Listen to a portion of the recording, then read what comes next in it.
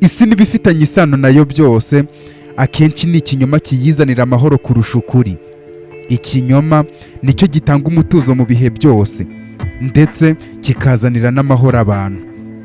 Kubera ko ukuri gutuma abantu badatuza kurusha uko batuza bakoresheje ikinyoma, abantu benshi bashaka kwirinda ukuri. Nanjye niko meze, nawe niko umeze, ntaho dutandukaniye twese. Kwiyegamiza ku kuri buri gihe biraryana, reka abe ariko mbivuga. Niyo mpamvu rimwe na rimwe iyo ukuri kutuje imbere duhitamo gufunga amaso. Kubera iki? Papa wanjye yarakomeje arambwira ati randire mwana wanjye. Marita yabajije uwo mwana niba atava kwa nyirabuja akaza kwibanira natwe akajya amufasha imirimo yo mu rugo.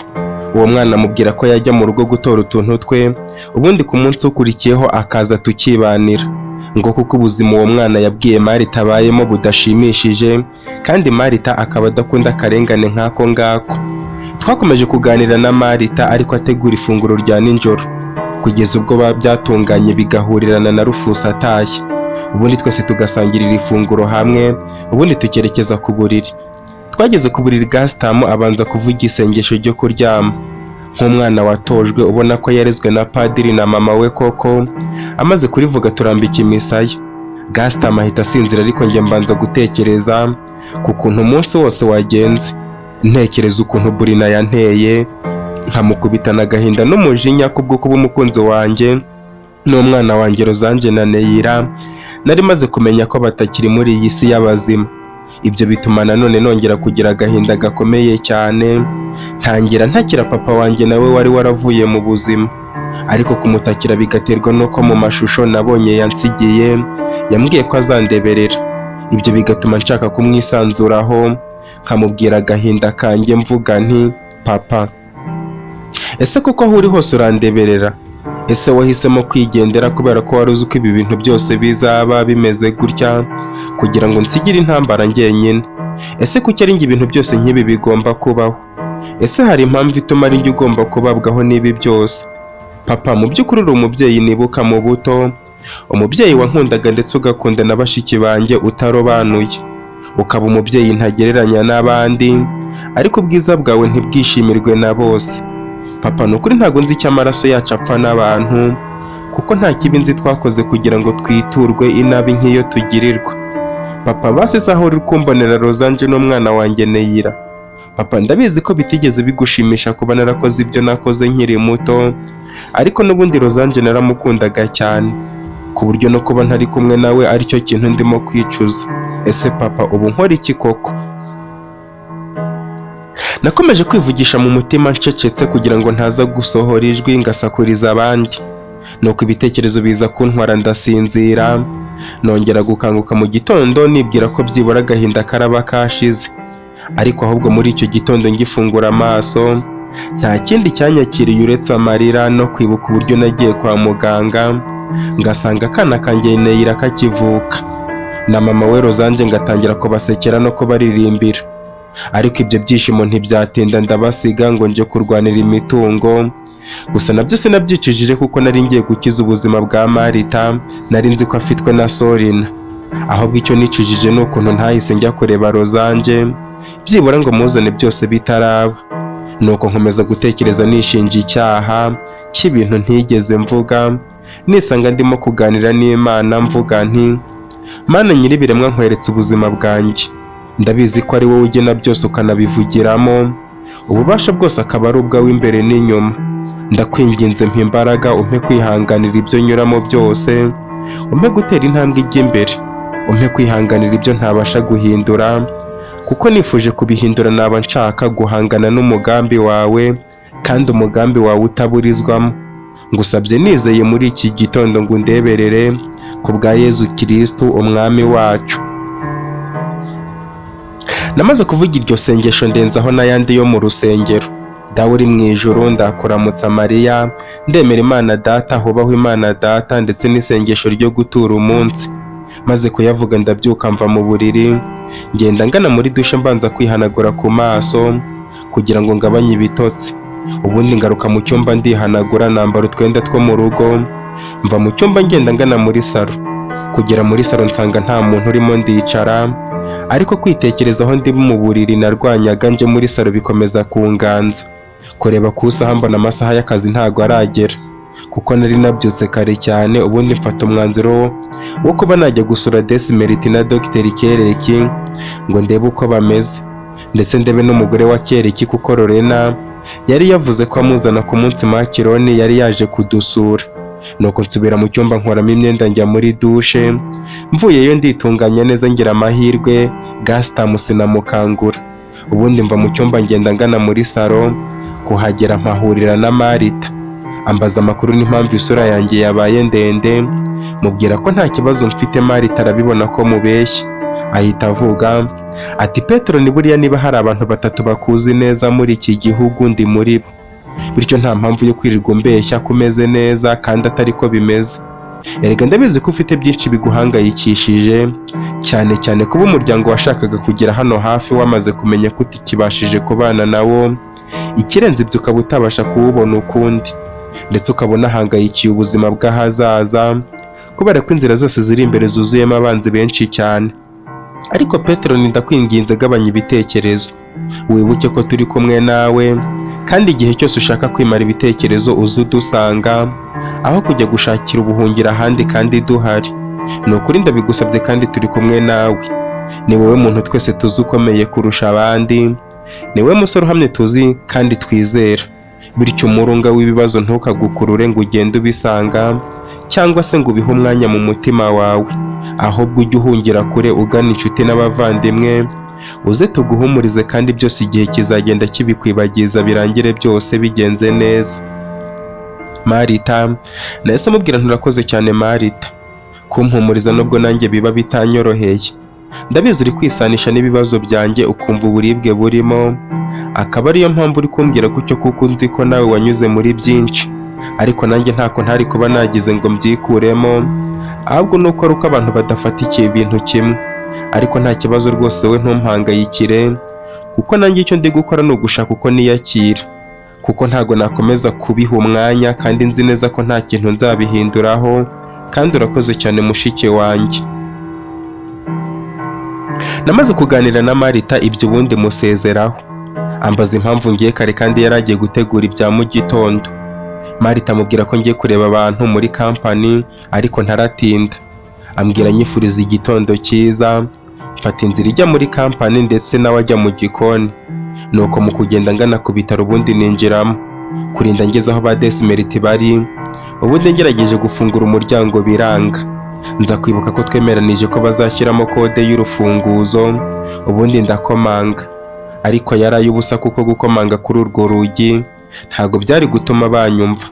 Nigira inama yo kubahamagara kuri telefone ngo bankingurire. Ako kanya nari sakasatse ariko mbora telefone, mpita mbona ko nayisize mu rugo. Mfata inzira ngaruka mu rugo, ariko ngiye kwinjira mbona umusore uri imbere yanjye arimo kwinjira mu rugo nkaho yisanga nta kibazo. Nareba nkabona uwo musore ntago ari Rufusi, nkibaza umuntu w'umusore wifata akaza mu rugo rw'abandi mu masaha ya mu gitondo atanabwiye abantu. Ako kanya mu kugenda mwegera mugeraho, ntungurwa no kubona ari Ezeki yarantunguye kuko ntago nari nzi ko araza mu rugo. Mpitamo kumubaza impamvu ntunguye aza mu rugo, ambwira ko Mariyamu amuhamagaye ngo aranshaka cyane ariko yambuze.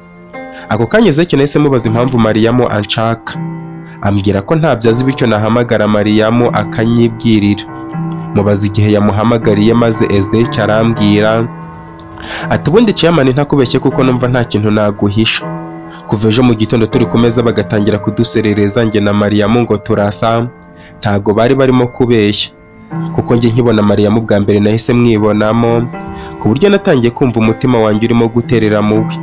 Ikimenyetso cy'urukundo umutima wanjye wari warabuze kiba kiragaragaye, ariko mbura ukuntu nakwegera Mariyamu byibura ngo muganirize mubwire ko nahise mukunda, kandi n'ubundi atari gupfa kubyemera, kandi ari umunsi wa mbere tubonanye tukicarana twegeranye. Nuko mpitamo kuruca nkarumira, ariko umutima wanjye ugakomeza kumuterera ndetse no kumwifuza hafi yanjye, ariko ubwoba ndetse n'uburyo najya kurihingutse imbere ye biranga burundu.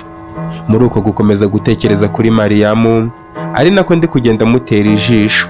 Umwanya umwe tuza guhuza amaso, noneho imboni ze nzibonamo, ku buryo nagize ngo ndi fotokopi ye mu rukundo. nawe mu kubyica byose akomeza kundebesha amaso ye meza y'umweru nari nakunze kuva nkimucira iryera, ariko ntibyaza gutinda udusoni turamuganza. Ubundi yubika umutwe ku meza nkomeje kwitegereza uburyo Mariam afite udusoni, mbona ubwiza bwe burimo kwikuba inshuro igihumbi n'amamiliyoni, ariko yarayubusa kuko ntaho nari mfite wo kumuhera kubera ubwoba. Ibyo byose byari uko biri kuba Jessica ubanza yari yabibonye, ari naho yahereye avuga ko njye na Mariam dusa neza neza, namwe mugakomerezaho muvuga ko mwari mwabibonye mugaceceka kugira ngo tutagira ngo muri kubeshya. Ariko mu by'ukuri nkibona Mariam nta kindi cyanjemo mbere yo kumutekereza ukundi uretse urukundo, agahita aba umukobwa wa mbere umutima wanjye wararukiye, nkumva mvuye mu byanjye. Nuko amasaha aragenda dukomeza muri ibyo, buri uko ndebye Mariam nkumva ndashigutse, wagira ngo nawe hari uko yamfataga, hari ukuntu yishyiraga ukuboko ku kananwa maze ubundi akampanga amaso agakomeza kunyitegereza cyane, kugeza ubwo nanjye namurebye twese isoni zikadufata. Ubundi tuza kuza ku meza ari nako dusezera ngo buri wese yerekeze aho agiye, ariko nkababazwa cyane n'uburyo indoro nari nakunze kwirebera Mariam igiye kuba iya nyuma. Umutima wanjye ukomeza kumpatiriza umbwira ngo Mariam umwegere, byibura nanamubwira akazina kanjye nubwo yari yakamenye kare kuva mu gitondo kuko twavuganaga amazina uko turi hano, ariko nza gutinya ubundi ndamusuhuza. Mu masoni menshi ampereza ikiganza, numva umuriro w'amashanyarazi uramfashe, noneho uburyo udutoki twe twari tugutemba itoto kumurekura biranga, nawe ambera umwana mwiza arandeka ngo nkomeze mwiyumvirire, ubundi numva uburyo ari gutemba itoto, kugeza ubwo twaje kureba bikatuviramo gukanurirana. Igihe kiza gushira murebye mu maso mbona arimo kumwenyura, nkubise amaso amenyo ye meza arimo n'inyinya nziza n'ishinya ndetse n'utwobo two ku matama, bigahura na ya sura yigoroye neza mu misaya myiza ishashagirana nka zahabu. Numva arantwaye wese, byatumye nkomeza kumukanurira kugeza ubwo amaso yari hafi kumvamo. Uwo munezero wacu ugatsubwa nuko musaza we muto yari arize, ubundi Mariam akandekura ukuboko ngo amuhoze. Amaze kundekura ukuboko numva ngize igihombo ndetse n'icyuho gikomeye cyane mu mutima wanjye. Ubundi ndihangana mubwira ko narindi kumusezeraho, ariko kubera ko nawe yari afite isoni amfitiye ambwira ko nawe agiye kugenda akaba atuye itesara, ariko nari mbizi. Gusa nawe yambwiraga ameze nk'umuntu ushaka ko aho duhera tuganira. Mubwira ko itesara mpaza ariko ntararangiza kuvuga, ansaba ko nazabasura. Mu mutima mpita mvuga ko n'ubundi nzabasura. Ako kanya mpita mufatira na mwaka nimero nzamuhamagaraho igihe nzaba ngiye kubasura. Arazimpa ariko uko agenda avuga imibare nkifuza ko hatazamo kirogoya yo gutuma imibare atayimbwira yose ngo ayirangize. Kubw'amahirwe mbona irarangiye, ubundi mpita nemeza muri telefone. Ubundi maze kuzemeza ndamushimira, bihurirana nuko abandi mwese mwavuye mu byumba byanyu muvuye kwitegura, na Jessica avuye mu cyumba aje kudusezeraho. Ubundi njye mpita ngenda, ariko mu nzira mfata telefone tangira kwitegereza nimero ya Mariam ndeba izina nemejeho, mbona iryo zina ntago rihagije. Mpita ndisiba, ubundi nemezaho Beautiful Mariam cyangwa se umwiza Mariam. Numva nibwo nemeje izina rya nyaryo. Ubwo naragengeraho ngomba kuba ndi, ubundi nkomeza gutwarwa n'ibitekerezo by'ubwiza naboneye muri aba Lewis Company mu icumbi rya Chairman mukuru. Iyo ndoro ndetse n'inseko byiza bikomeza kuntwara umutima, kugeza ubwo natangiye kubona namwandikiye akamesaje musuhuza mvuga nti hero ni Ezeki, ariko najya kohereza ako kamesaje nkumva hakiri kare cyane kuko numvaga arahita agira ngo nari mukeneye cyane, bya bindi byo kwiraza i Nyanza kugira ngo umuntu atabona ko hari icyo wamushakiraga hakiri kare. Ariko nanone mbona ko ninkomeza kwirindiriza nshobora guhomba. Nongera kumwandikira ako kamesaje, ariko ngiye kukohereza biranga mvuga ko mugomba gutegereza. Ariko uko ndaho ngaho ngakomeza nsiba nandika ngasiba gutyo. Ibyo biza gutuma mpamya ntashidikanya ko umutima wanjye hari umukobwa wamaze kuwiba wose, akaba atangiye kungira imbohe. Kandi mu busanzwe nari umusore uri aho w'indwanyi utagira icyo umukanga cyose, ahubwo ntangira guhangayikishwa na Mariam cyane, nibaza niba yageze mu rugo amahoro. Amasaha nayo ariko arimo kugenda, mpita numva urwo rwaba ari urwitwazo rwiza rwo kumuvugisha, ahubwo mbona kumwandikira bidahagije, ubundi ndamuhamagara. Kubw'amahirwe nimero yicamo mu kajwi keza gatuje aranyitaba ati haro. Ndamusubiza nti haro Mariyamu, amakuru yawe?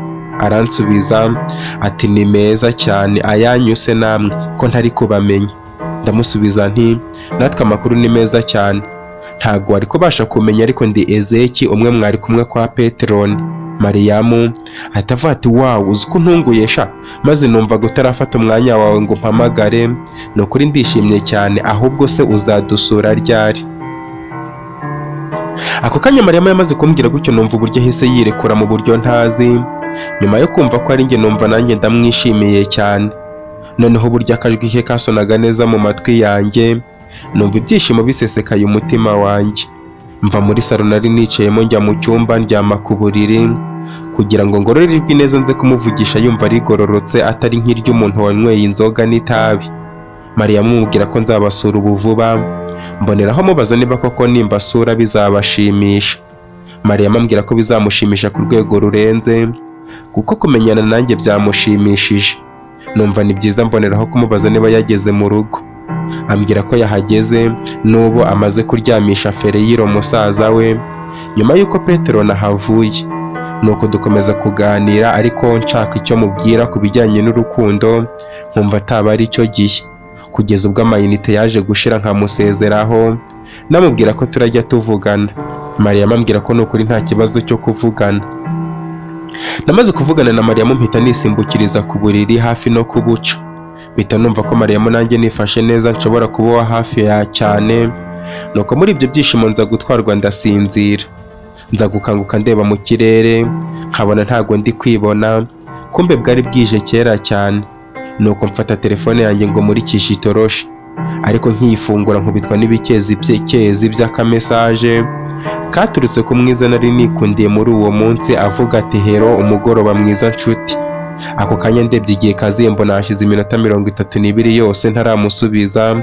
Mpita numva arabifata nko kumuca amazi birarenga, ntangira kumwandikira mesaje ndende mwiseguraho mubwira ko nari nasinziriye, akaba ariyo mpamvu ntahise musubiza. Maze kumwandikira iyo mesaje ndayohereza, mpita mbyuka mu buriri ncana itara, ubundi ntangira gutegura ibyo kurya. Ari nako nganira na Mariyamu wari ufite ibiganiro biryoshye, ndetse kubera ko nari nabuze akanya ko kujya hanze byatumye nguza amayinite kugira ngo muvugishe.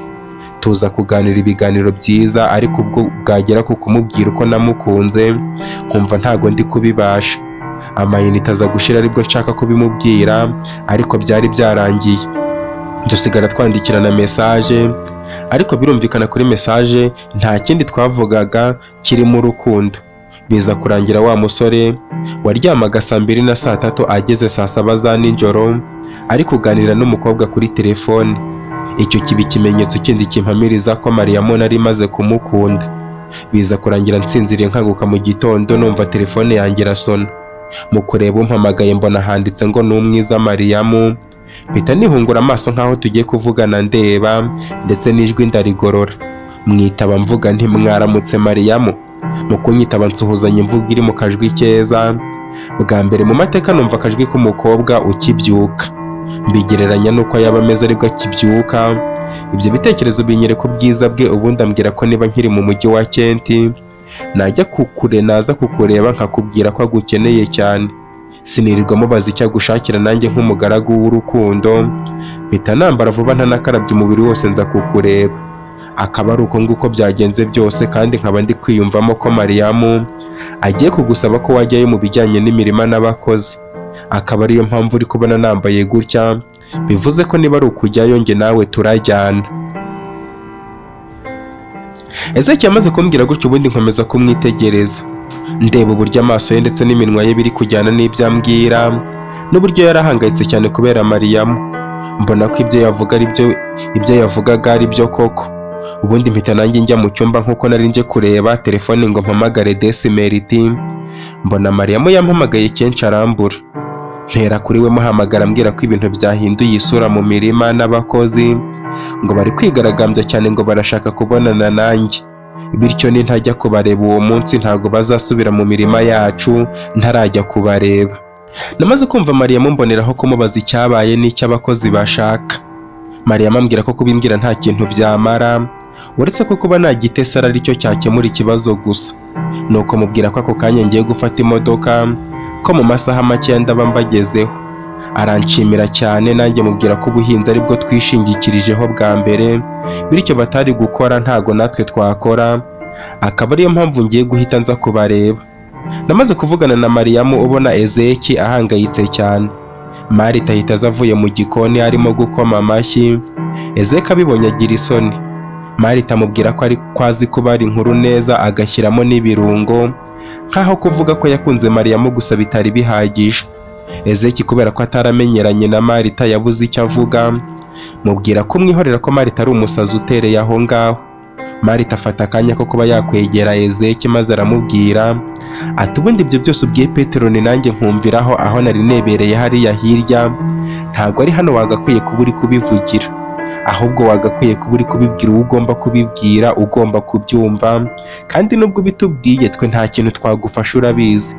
Rero inama nakugira no ko wafata iyihuse ukajya kureba uwo umutima wawe ushaka kureba. Ako kanya Marita amaze kubwira Ezeki gutyo, mpita mukubita urushyi mu mugongo, mubwira ko atagakwiye guca umwana w'abandi intege, bityo ava aho ngaho atuzanira ibyo kurya kuko tugiye ku Gitesara.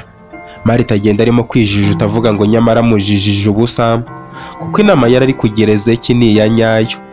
Birumvikana Marita kuko atarakigirira amarangamutima ku bijyanye n'urukundo kubera ibyo abagabo bamukoreye, ntago yari kumva uburibwe ndetse n'uburyo umutima wa Ezeki uremerewe. Nuko Ezeki kuko njye nari ndi kwiyumvira uko amerewe, mpitamo kumuhumuriza mubwira nti Ezeki muvandimwe wanjye, ndabyumva ndetse no kuri kwiyumva ndabizi cyane, bityo nkaba nzi n'impamvu bitubwiye ko ari kwa kundi uba uziranye n'umuntu wakunze ukamubwira y'amateka yawe kugira ngo ubashe kuruhuka umutima, ariko nagamije ko uwo muntu uri kubibwira ashobora kugenda ibanga akaribwira uwo wakunze nawe akaboneraho, ikaba imbarutso yo kuba mwabiganiraho ko muri babiri, ariko biturutse kuri wa wundi wabwiye ayo mateka. Bityo wowe humura, kandi ndabizi neza ko Mariyamu uko umukunda nuramuka umufunguriye umutima wawe ukimara ibintu byose by'ubwoba, nawe arawufungura maze akwakire neza mu biganza bye. Kandi Mariyamu ni umwana mwiza, arahita agukunda, kandi ndabizi ko muzishima cyane. Bityo wowe humura, kandi nanjye ndaba ndi hafi yawe, nkuko bivuze ubwo ngiye i Tesara. Reka tujyane kugira ngo uvane ikibazo mu nzira, hato utazicuza ko wakunze umuntu ugatinda kubimubwira, ugasanga abandi basore baramugutanze, ugasanga watindijwe n'ubwoba gusa, bikajya bigutera ishyari kubona bari kwishimishanya nawe kandi wowe ari wowe byari bigenewe. Ako kanya namaze guhumuriza Ezeki ahita ampereza censi, duhuza ibipfunsi ndetse duhuza n'ibitugu bimwe bita big up. Bihurirana nuko Marita yari amaze kutuzanira ibyo kurya mu gitondo. Marita avuga ko amaze kuzenguruka ibyumba byose agasanga abantu baracyaryamye, bityo twe turya ibyacu tugenda abandi barabisanga ku meza. Aba ari nako tubigenza ubundi njye na Ezeki dufatira ifunguro rya mu gitondo hamwe. Ndanabyishimira cyane kuko ku munsi washize yari yasezeye. Nuko birangiye ako kanya dufata inzira iva mu rugo, ubundi tujya muri parikingi. Tugezemo dufata imodoka dusohoka muri kampani. Ako kanya dufata umuhanda ugana muri Merine. Ntibyanatinda cyane Merine tugerayo, ntitwahahagarara nka kumwe abantu baturutse muri Kenti babanzaga guhagarara muri Merine ngo bafate ifunguro cyangwa se barebe ibyiza byaho, ahubwo twe twishorera icyarimwe dufata iby'iburengerazuba. Twagiye tutavugana cyane ko buri wese yari afite ibitekerezo bye, uhereye kuri Ezeki wari uri gutekereza ku kuntu arahura na Mariyamu ndetse akaba agiye kumutungura. Nabihuza n'ukuntu yamubwiye ko azamusura ndetse na Mariyamu akaba amwishimiye cyane, mbona haraco wambaye. Nanjye wari wifitiye ibitekerezo byanjye, ntekereza ko ahantu ngiye ariho umukunzi wanjye twahuriye, tukanahabibira akabuto kashibutsemo neyira, ariko bikarangira bose ntawe ngifite kuko bari baramaze kuba bakwipfira kera. Ibyo bitekerezo biza kungeza muri Terinesa muri iyo ntara. Urugendo turarukomeza, ubundi tugera muri santere yacu ya Tesara. Ubundi dukomeza tugana mu rugo kugeza ubwo nageze ku gipangu nkavuza ihoni. Mariya amaze gufungura asanga ni njyewe, ariko abona na Ezeki wari wicaye iruhande rwanjye. Ako kanya ahita aza kudusuhuza tutaraninjiza imodoka mu gipangu. Mariya atubwira ko twihuse ndetse nkabibona ko amaso ye yose ayahanze kuri Ezeki. Akomeza kumwitegereza cyane, nareba Ezeki nkabona wari gushaka aho ahungira ariko akahabura, kugeza ubwo ninjije imodoka mu gipangu Mariyamu akongera agafunga.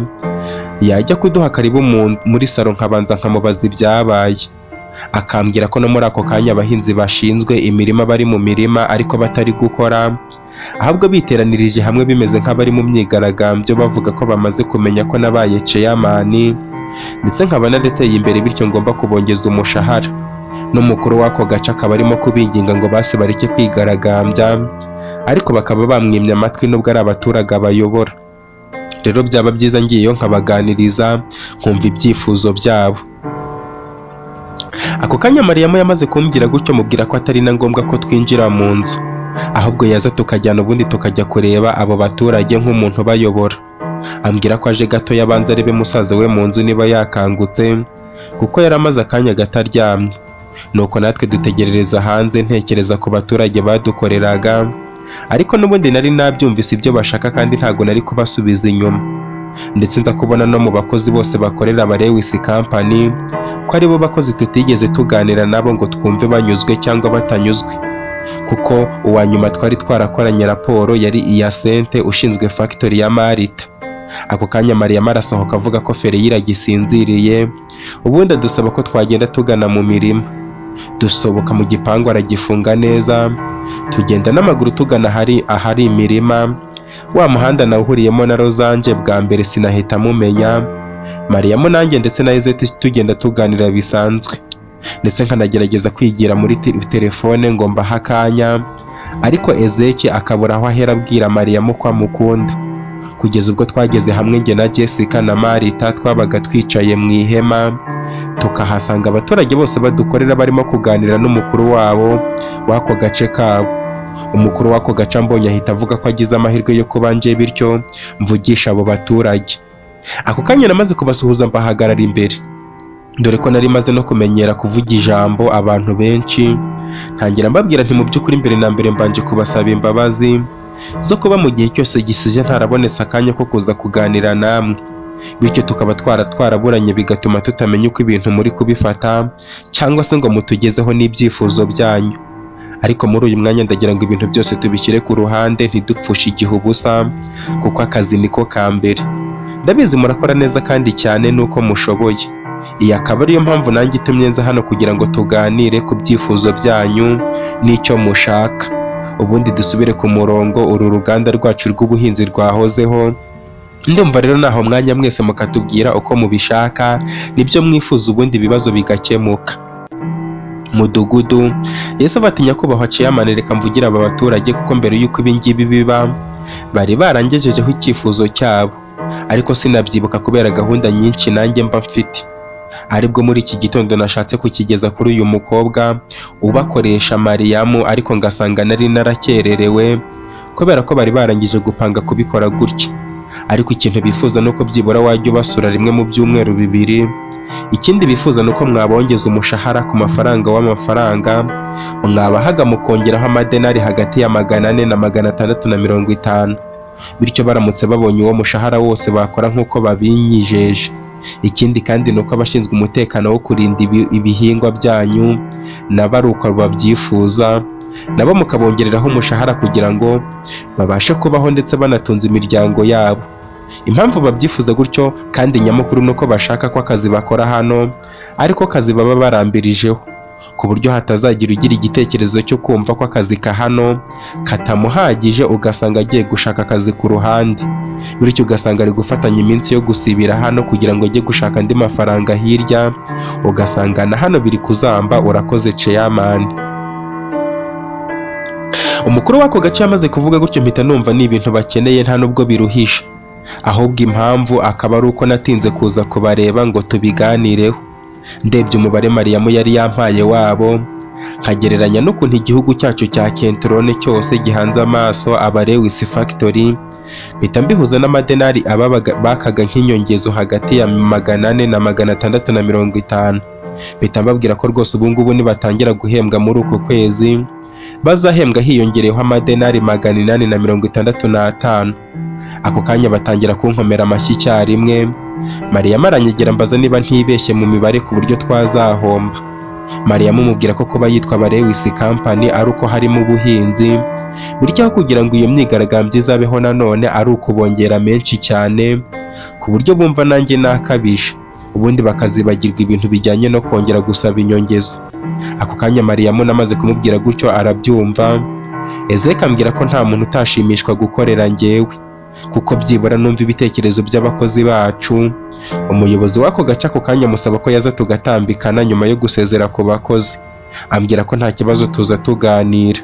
Mpita musinyira agasheke k'amadenari menshi cyane, mubwira ko n'abashinzwe umutekano w'ako gace tuzabashyiriraho umushahara kugira ngo bakomeze baturindire imyaka. Ambwira nshimira cyane nansingiza, ambwira ko ntako ntagize bityo atazigera ntenguha. Ibyo turangiza kubivugana tugeze hafi no kwa Mariyamu. Ubundi umuyobozi asubira aho abaturage bari, ambwira ko ayo mafaranga muhaye ari menshi, agiye kubanza kuyasabanamo nabo ubundi ubuzima bukomeze. Mubwira ko tuzongera kubonana bityo ntazagire ikibazo na kimwe. Ako kanya njye na Ezeki na Mariyamu twageze ruguru yo mu rugo, ariko mu kureba hakurya gatoya tubona imodoka nziza cyane kandi ihenze mu zihenze iri kuzigana aho turi. Mariyamu mubaza niba umuhanda twarimo ugera kure, ambwira ko ugarukira hafi nk'amayiri 10 uvuye aho twari turi. Dukomeza kugenda twigira mu rugo, ariko ya modoka igeze ruguru yo mu rugo irahagarara. Mu gusubiza amaso inyuma ndebye abantu barimo, mbona uwari uyitwaye ni umusore, ndetse undi bari kumwe ava mu modoka azagana aho twari turi. Mu gutangira kudusuhuza Mariyamu nawe ahindukira areba inyuma. Mu kumara kureba inyuma ahita atangira kwiyamira avuga ati wawu mana yanjye, ndarota cyangwa se ibyo mbona ni impamo. Reka nizere ko ndi kurota, kuko ibyo ndi kubona biramutse ari ukuri ntago nzi aho nakwirwa. Rasheli, ni wowe wanyawe cyangwa ndi kubonekerwa? Umukobwa ahita avuga ati ni njyewe sha Mariyamu, iminsi myinshi cyane ni ukuri. Wari umeze ute se sha? Uzi ukuntu maze igihe cyose ndi kugushakisha nari narakubuze. Uba ahantu hose nari narahamaze ngushakisha narakubuze, kugeza ubwo ngusanga ubu mu cyaro. Mariyamu ahita avuga ati ni ukuri ni karibu urisanga muvandimwe wanjye nkunda, ni ukuri nishimiye kukubona. Ko mperutse se uvuga ko ugiye kwiha Imana, byagenze gute? Rasheli ahita avuga ati sha, maze wowe uraba utaranampa karibu mu nzu ugatangira kumbaza ibibazo nk'ibyo ngibyo? Mariyamu ahita avuga ati ni ukuri ni karibu urisanga, uzi ukuntu nari ngukumbuye. Ako kanya uwo mukobwa mwiza cyane Mariyamu yamaze kumuha karibu, ahita ahamagara wa mushoferi wari utwaye ya modoka, ubundi ayimanukana agana mu rugo. Mu kutugeraho tumuha inzira, Mariyamu agenda yihuta ajya gufungura ngo iyo modoka yinjire mu gipangu, natwe tugenda tuyikurikira kugeza ubwo twageze mu rugo imaze kwinjira. Natwe tukinjira muri salo, ubundi twese tukicara. Mariyamu na Rasheli ubona amashyushyu ari yose. Mariyamu aravuga ati ntago wakumva ukuntu nshimishijwe no kongera kukubona muvandimwe wanjye Rasheli. Ni ukuri ntago wakumva ibyishimo mfite kuba nongeye kubona umuntu wambereye ingenzi mu buzima bwanjye, ukambera umubyeyi aho umubyeyi wanjye yarananiwe, ukambera umuvandimwe aho abandi bose bari baranyanze urunuka kandi nzira amateka ntigeze ngiramo uruhare, ukambera byose. Mbese muri make ntago nabona uko nakugereranya, nta n'icyo nakugereranya nacyo muvandimwe Rasheli. Aba bantu reba hano rero ni abavandimwe banjye, sinzi niba ari ubwa mbere ubabonye. Umushoferi yahise avuga ati ndabona amaso atari aya ngaya. Ese uyu buriya si wa musore wabiciye bigaceka kuri televiziyo mu minsi yashize, ubwo yari agiye kubohoza imitungo y'umuryango we yari yaranyazwe na ba rusahurira mu nduru? Mpita musubiza nti ndumva narabaye icyamamare mu gihugu cyose, rwose ni njyewe Petero Lewis. Rasheli ahita avuga ati rata nibyo nari ndi kwibaza ahantu naba muzi ariko nkahayoberwa, ndetse nishimiye kukubona rwose amaso ku maso, Chairman Petero Lewis. Ako kanya Mariyamu yavuze n'abandi bose twari kumwe aho ngaho, harimo na Ezeki, avuga ko ari inshuti bamenyanye ubu vuba. Ezeki areba hasi, ndabibona ko agize akantu ko kutakira neza ibyo Mariyamu yari avuze, ariko aza kwigarura, ndabibona ko ahise atekereza ko buriya ari uko atari yabwira Mariyamu akari ku mutima we. Nuko ibiganiro bijya mbere, twese turi aho ngaho duteze Rasheli na Mariyamu amatwi. Nza kumenya ko Rasheli ari umukobwa Mariyamu yigeze kumbwira wajyaga amufasha kubaho ndetse no kugura ibikoresho by'ishuri kubera ubukene yari yifitiye. Ibyo Mariyamu abihamya twese atubwira ati ndabibona mwese muri mu rujijo rw'uburyo njye na Rasheli turi kuganiramo, kandi mukabona twese tuziranye cyane ndetse tunisanzuranaho. Ariko uyu Rasheli nk'uko nahoze ndi kubivuga, ntago nzi niba nababwira ngo ni muntu ki, kuko kuva twamenyana njye na Rasheli rwose yambereye ingenzi mu ngenzi, ambera inzira igana ku isozwa ry'amashuri yanjye, nubwo nawe atari yorohewe na gatoya, ariko Imana ikaza kumutabara ibinyujije ku mukunzi we, nubwo iby'urukundo rwe ntari amayobera, ariko Rasheli navuga ko yambereye umubyeyi wa gatatu inyuma ya papa na mama banjye, aho bananiriwe hose akahakomereza mu gihe njye ntatekerezaga ko byabaho. Rasheli ahita avuga ati reka gukabya nawe rwose Mariyamu, kuko ibyo nakoze byose byari ukwikorera, kuko ubundi mu muco kirazira kubona mugenzi wawe arimo kugwa ukanga gutabara umwegura, kuko iyi si yacu idasakaye, bityo uyu munsi ashobora kugwa ejo nanjye nkagwa, bityo icyantabara gusa ari uko namweguye kugira ngo nawe azabone uko anyegura ahagaze. Naho rwose Mariyamu ibyo nakoze byose narigiriraga, kandi ntukabikabirize cyane, gusa nishimiye kongera kukubona muvandimwe wanjye.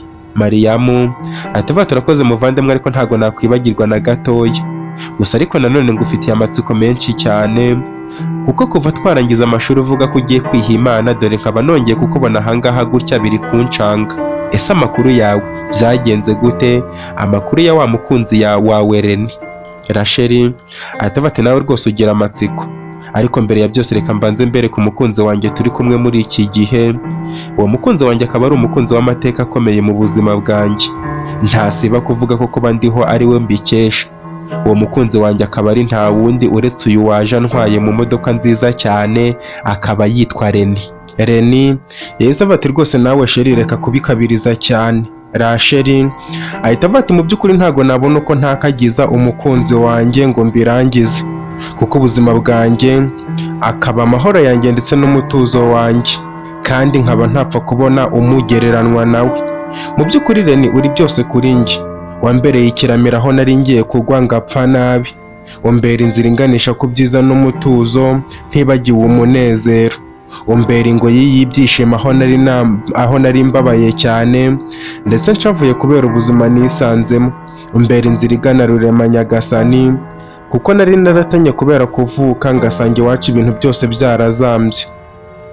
Nahise mvuga nti sha ndumva umukunzi wawe ari byose kuri wowe. Rasheli ahita avuga ati ubundi nshobora kugutakagiza Reni muri ubu buryo mukagira ngo ni ibintu bisanzwe, cyangwa se kwa kundi umuntu atwarwa n'umunyenga w'urukundo bikarangira abaye umusazi, ariko kuri njye ntabwo ariko bimeze, kuko njya kumenya ubwenge nasanze mfite ababyeyi bombi, ariko abavandimwe bo ari njye gusa.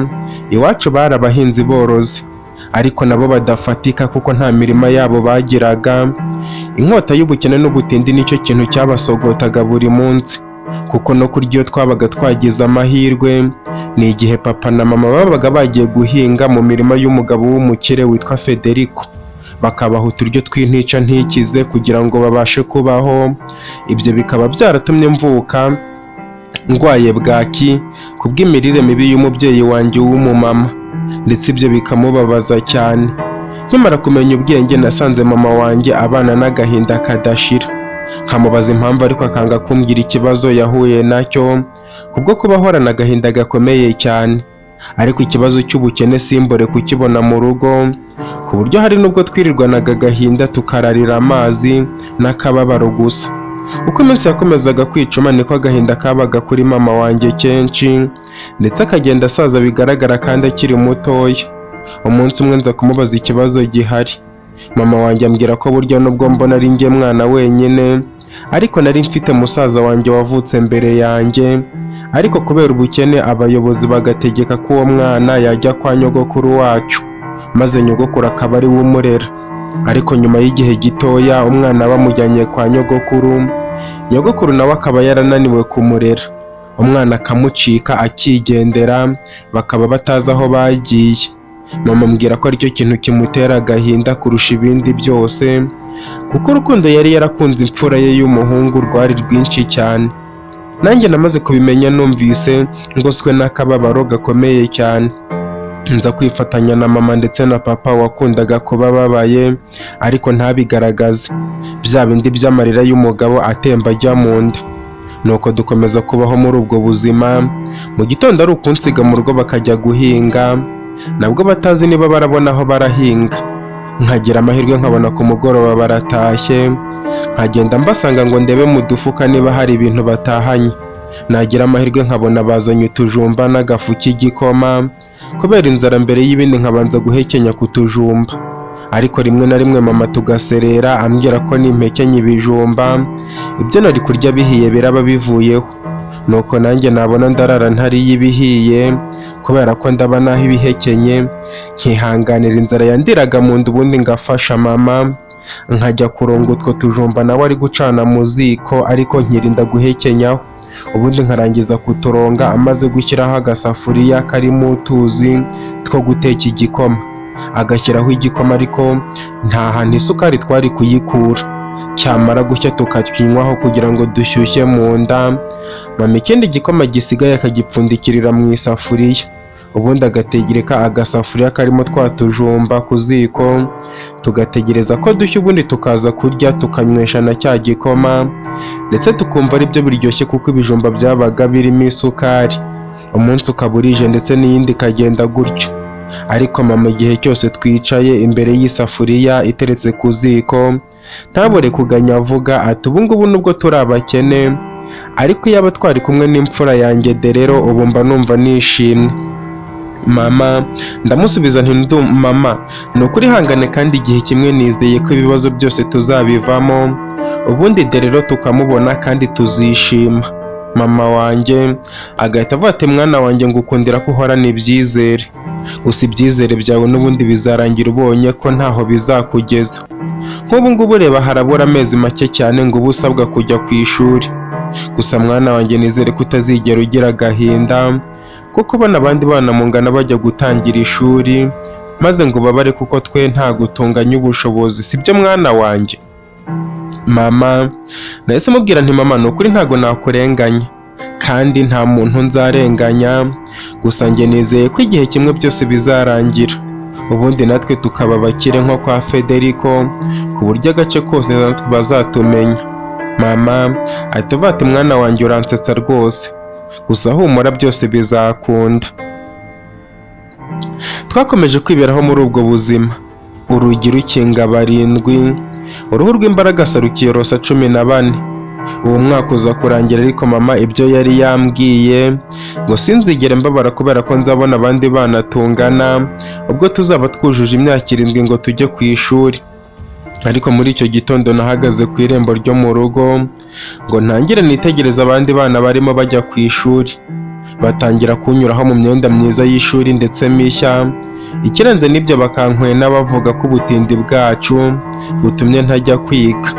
Akababaro gatangira kumfata gutyo ndetse ntangira no kwiha akato kugira ngo abana batazajya bambona ubundi bakankwena, ariko kubw'amahirwe abana bose ntago urwango rwo kuba bari kunshinja ubukene bwacu rwangezeho, kubera ko hari umwana twari duturanye wo ku mugabo witondaga cyane ndetse na mama we akaba yitonda.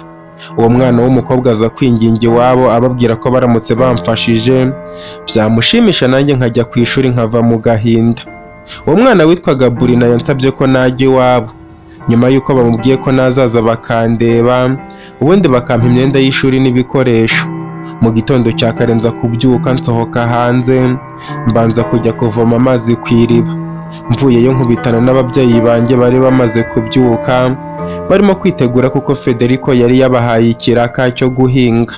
Ubundi mbabwira ko ngiye ku mwana w'inshuti yanjye witwa Burina, ubundi ababyeyi be bambone kuko Burina yabansabiye ko bamfasha nkajya ku ishuri.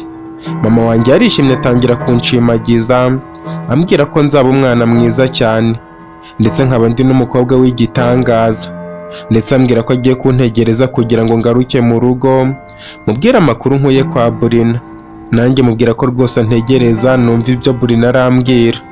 Ako kanya nahise mva mu rugo mu myenda yanjye ishaje ubundi njya kwa Burina. Kuhagera nsanga ku gipangu hahagaze imodoka, ubundi Burina ahita yisohokamo ambwira ko nari natinze yari yantegereje akambura. Mubwira ko nari nagiye kubanza kuvoma amazi ku iriba. Burina ambwira ko nta kibazo bityo twasubirana mu rugo akabanza akanyereka ababyeyi be ubundi bakamvugisha ibyo bashaka kumbwira. Ako kanya ninjiye kwa Burina ndi kumwe na Burina. Ababyeyi be baranyakira ubundi bambwira ko banyishimiye kandi kuva uwo munsi ngiye kujya ku ishuri nkajya nigana na Burina. Ikirenze n'ibyo no mu rugo bazajya baduha ibyo kurya nubwo batadufasha ibintu byose. Nabuze ukuntu nashimira ababyeyi ba Burina kuko bari bankoreye ibitangaza. Ako kanya bamaze kumpa imyenda ndetse n'ibikoresho byo ku ishuri, basabye Burina n'umushoferi we ko twabanza kunyura mu rugo, nkabanza kujya kunyura mu rugo ngakaraba neza nkambara iyo myenda, nkanabibwira n'ababyeyi banjye ubundi tukajya ku ishuri. Muri ibyo byishimo ubona ko Burina anyishimira cyane, ahita amfata ukuboko, ariko njye nubwo twari abakene cyane, mama na papa bari baranyigishije gushimira abantu bose bangiriye neza. Muri iyo huti mbura uko mbashimira, ngenda niruka babwira ngo barakoze cyane, Imana ibahe umugisha, kandi nintabitura n'urubyaro rwanjye ruzabitura. Ariko rwose niko papa na mama bari baranyigishije gushimira. Nuko nsohoka hanze, Burina anyicaza mu modoka, ubundi tugenda tugana mu rugo kugeza ubwo twageze ku muharuro wo mu rugo. Tumaze kuhagera ubundi mva mu modoka na Burina. Kugera mu rugo babona mfite igikapu kirimo ibintu batazi. Mu kugikuramo basangamo imyenda ndetse n'ibikoresho by'ishuri, ikirenze n'ibyo harimo n'amafaranga. Mu rugo barayafata bambwira ko ndataha, ngasanga baguze umuceri, kandi uwo munsi nta nubwo barajya guhinga ahubwo ni uw'ibyishimo. Ubwo nariteguye vuba njyana na Burina ku ishuri. Kugera ku ishuri b'abana bose babonye nagumye mu rugo nta kintu ndi gukora kandi ngomba kujya ku ishuri, babona nje mu modoka, barumirwa cyane batangira kujya kubaza Burina impamvu agendana n'abana b'abatindi. Burina arabihorera ahubwo yigumanira nanjye, ndetse no ku ishuri tuza kwiga mu ishuri rimwe. Uwo munsi naratashye ngera mu rugo ndi mu modoka. Burina abona kunsezeraho ajya iwabo, nuko mama wanjye na papa wanjye batangira kunyicaza bakanganiriza, bambwira uburyo amahirwe mbonye ngiye kuyakoresha neza, nkayabyaza umusaruro kuko ngomba kuzakoramo byose nzakenera. Ikindi kandi nkazabavana ku ngoyi y'ubukene barimo, kubera ko nzaba narize. Kuva umunsi natangiye kubaho muri ubwo buzima, nubwo ababyeyi ba Burina bataduhaga byose, bigasaba ko papa na mama bajya guhingira Federico wari umukire ufite n'imirima myinshi, aho kubaha amafaranga akabaha utujumba n'ifu y'igikoma. Ariko ababyeyi ba Burina baradufashaga bikomeye cyane, kugeza ubwo twaje kwiga amashuri abanza turayarangiza, ndetse tuyarangiza dufite amanota meza cyane. Nuko ababyeyi ba Burina mbagejejeho amanota nari mfite baranyishimira cyane, kugeza nubwo bahise bavuga ko bagiye kumufasha bakanjyana ku kigo cy'amashuri yisumbuye, aho bari banyohereje kwiga tronkome kugira ngo nkomeze amashuri yanjye. Ababyeyi banjye barishima ndetse birabanezeza, amashuri njya kuyakomeza nabwo, ariko ibintu biza kumbana ibibazo ubwo twari tugeze mu mwaka wa 3 w'amashuri yisumbuye. Ababyeyi ba Burina bakicwa n'abantu tutazi. Murabyumva namwe, ubuzima bwatangiye kumbana ihurizo rikomeye, ntago nabyibagirwa. Wari umunsi umwe ubwo twari mu biruhuko, ubundi mfata akanya ko kwitegura. Mama wanjye ambaza ahantu ngiye, mubwira ko ngiye kureba Burina ndetse n'ababyeyi b'ubundi mbasuhuze. Mama ambwira ko ngomba kwitwararika, dore ko harabura imyaka 3 gusa ngo ndangize amashuri, bityo simbe ngiye ku bindi bitari byo mubwiye. Mama mubwira ko rwose uburere yampaye mu bukene bwacu ndetse n'inama ababyeyi ba Burina bampaye arizo nkigenderaho, bityo ntago nakora ibinyuranye n'ibyo nifuza kugeraho mu buzima. Ikirenze n'ibyo ngibyo, ntago nzigera mbatenguha kuko nubwo batampaye byose, ariko ni urugero rwiza rw'ababyeyi, kandi nzabahesha ishema nkabibagiza agahinda kose bagize ko kubura musaza wanjye Derero ndetse no kuba bakene kandi batarabyifuje kuva kera. Mama amaze kumubwira gutyo musezeraho njya kwa Burina. Kugera kwa Burina nsanga igipangu kirafunguye, ndinjira ariko mbura abantu, uretse ko mu nzu nahasanze amaraso menshi cyane ndetse ari na hafi kuhumira. Nuko ngira ubwoba nibaza ikintu cyabaye kuri Burina n'ababyeyi be. Mu gusohoka mu gipangu mpura n'umukobwa wahakoraga, mubaza ikibazo cyabaye kwa Burina, ambwira ko ababyeyi be babishe ndetse n'imirambo yabo abapolisi babajyanye kwa muganga, naho Burina we bakaba baragiye kumwicira ahandi.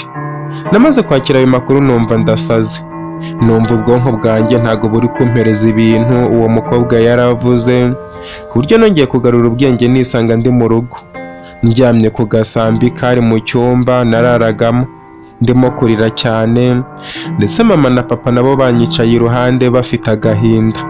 Birumvikana bari batewe ubwoba n'ubuzima ngiye kubamo, kuko abacunguzi twari dufite bonyine bari bamaze kwitaba Imana. Agahinda n'umubabaro byatangatanze umutima wanjye, ku buryo nanjye ubwanjye nibuze. Kuva uwo munsi ntangira kuba mu mwijima w'icuraburindi. Ndagenda ndarira iminsi myinshi inshira ndi kurira, ku buryo wagiraga ngo ninjye muntu utakaje abantu bafite agaciro kurusha abandi. Ibyo biza kunyereka uburyo ababyeyi ba Burina ndetse na Burina bari abantu b'agaciro kuri njye, ndetse nakwibuka n'ibihe byiza nagiranye na Burina nkumva umutwe urandiye. Ubwo birumvikana ibyizere byose nari mfite byari birangiye, kuko nari mukuru. Icyari gisigaye nta kindi uretse kuba najya njyana na papa na mama guhinga mu mirima ya Federico kugira ngo utujumba n'udushyimbo baduha twiyongere. Kuva uwo munsi natangiye kujya mbyuka nkajyana nabo. Twagira amahirwe abashinzwe imirima ya Federico bakaduha ibyo kurya, kuko hari n'ubwo babitwimaga bavuga ko boss wabo yababujije, avuga ko azaduhera icyarimwe. Nuko byaba byagenze gutyo, inzara n'inyota tukarenzaho amazi, tukiryamira ubuzima bugakomeza. Umunsi umwe nari ndi mu rugo ntegereje kwitegura kugira ngo njye mu misa. Ababyeyi banjye bo bari bagiye mu ya mbere iba mu gitondo kuri paruwasi ya Monera. Nuko mbyuka njya kuvoma amazi ku iriba nk'uko byari bisanzwe, dore ko ibyizere byo gukomeza amashuri byo byari byararangiye. Mvuye kuvoma amazi ku iriba ndaza mu rugo, nsuka amazi mu isafuriya twakundaga gukarabiramo, ubundi nyarambika hafi y'ibuye twakundaga gukubiraho imyate yo ku kirenge. Ntangira gukaraba ibirenge. Ndimo gukaraba ibirenge numva ako kanya ku irembo ryacu imodoka iri kuhasumira. Nibaza imodoka iri muri ako gace kije kuhamara, cyane ko imodoka yakundaga kuhagera ari iya papa na mama Burina. Nuko mpita ntambika ku irembo, mbona muri iyo modoka hasohotsemo umusore aza ari kubaririza niba aho ngaho ariho kwa Christina na Celestine, ndetse birangira ari njye arimo kubibaza. Mbanza kwibaza umusore ufite imodoka ikintu arimo kunshakira kiranyobera. Nuko umusore musubiza ko aho ariho arimo gushakisha, bityo mboneraho kumubaza icyo ahashakira. Umusore namaze kumusubiza gutyo atangira kunyitegereza cyane, ndetse birarenga atangira kunkanurira kuko yarameze nk'umuntu utunguwe cyane. Nuko numva umusore atangiye kwiruhutsa cyane nk'ufite ibibazo bisaritse umutima we. Nuko ngiye kumubaza ikibazo gihari mpita nibuka ko papa na mama bantoje ko ngomba kwakira abashyitsi mbere yo kubabaza ibindi bintu. Ikirenze n'ibyo nkaba naragombaga kumuha ikaze mu rugo, kuko yaje ari gushaka papa na mama kandi bari bagiye mu misa, bityo akaba yaragombaga kubategereza. Umusore muha ikaze mubwira ko ababyeyi banjye bagiye mu misa, niba bashaka birasaba ko abategereza. Muha karibu mubwira ko aza mu rugo. Umusore mu ndoro ikomeza kundeba cyane nk'aho ambonyeho ikintu kidasanzwe, akomeza kundeba ariko ukabona uko andeba harimo n'impuhwe nyinshi, kugeza ubwo njye natangiye kugira n'isoni nibaza ku musore ureba ukuntu kudasanzwe kandi ntamenyereye. Ubwo nageze mu rugo mwinjiza mu nzu. Tugeze muri salo mpita ndeba mu mfuruka aho twashyiraga ibirago twabizinze. Nkuramo ikirago ndakirambura neza. Umusore musaba kwicara ku kirago. Agiye gukuramo inkweto ndamubuza, mubwira ko nta kibazo yicareho azambaye. Umusore ubona afite ikinyabupfura cyinshi cyane, ibyo yakoraga byose niko yanyitegereza cyane. Najya kumubaza ikibazo gihari kiri gutuma arimo kundeba, nkumva naba ndimo kumugondoza. Ibyo bituma mwihorera ahubwo mubaza amakuru. Umusore namubajije amakuru ashigukira hejuru, amera nk'aho mukanze. Ahita ambwira ko amakuru ari meza cyane. Atangira anyibwira ko yitwa Reni, ndamushimira nanjye mubwira ko nitwa Rachel. Umusore yambwiye ko mfite akazina keza, kandi akaba yari yaragize amatsiko yo kukamenya, none ubu ku iherezo akaba ariho akamenya. Nuko umusore mubaza niba nzi n'ahantu yaba yarambonye, maze arambwira ati mu by'ukuri nta muntu n'umwe utabasha kukubona ndetse ngo akwitegereze aho waba uri hose, kubera ko iyo uri mu bandi ni wowe muntu wenyine ugaragara gusa, ndetse nushaka kureba ni wowe wabona gusa. Wari umunsi umwe ubwo nari navuye mu rugo iwacu nza kureba papa wanjye, kuko buri gihe cyose mu biruhuko niko bigenda. Mva mu rugo ngasiga mama wanjye, ubundi nkaza kureba papa wanjye kuko mba mukumbuye cyane.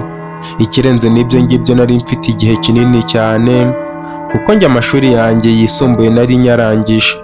nuko kugera mu rugo kwa papa nsanga hari abantu bafite amasuka ndetse n'ibindi bikoresho by'ubuhinzi bategereje ko bajya kubereka aho guhinga, ariko mu kubazengurutsamo amaso mba mbonye umukecuru n'umusaza bari kumwe n'umwana mwiza w'umukobwa uri mu kigero cyo kuba ari ku ishuri kuko niko yagaragaraga.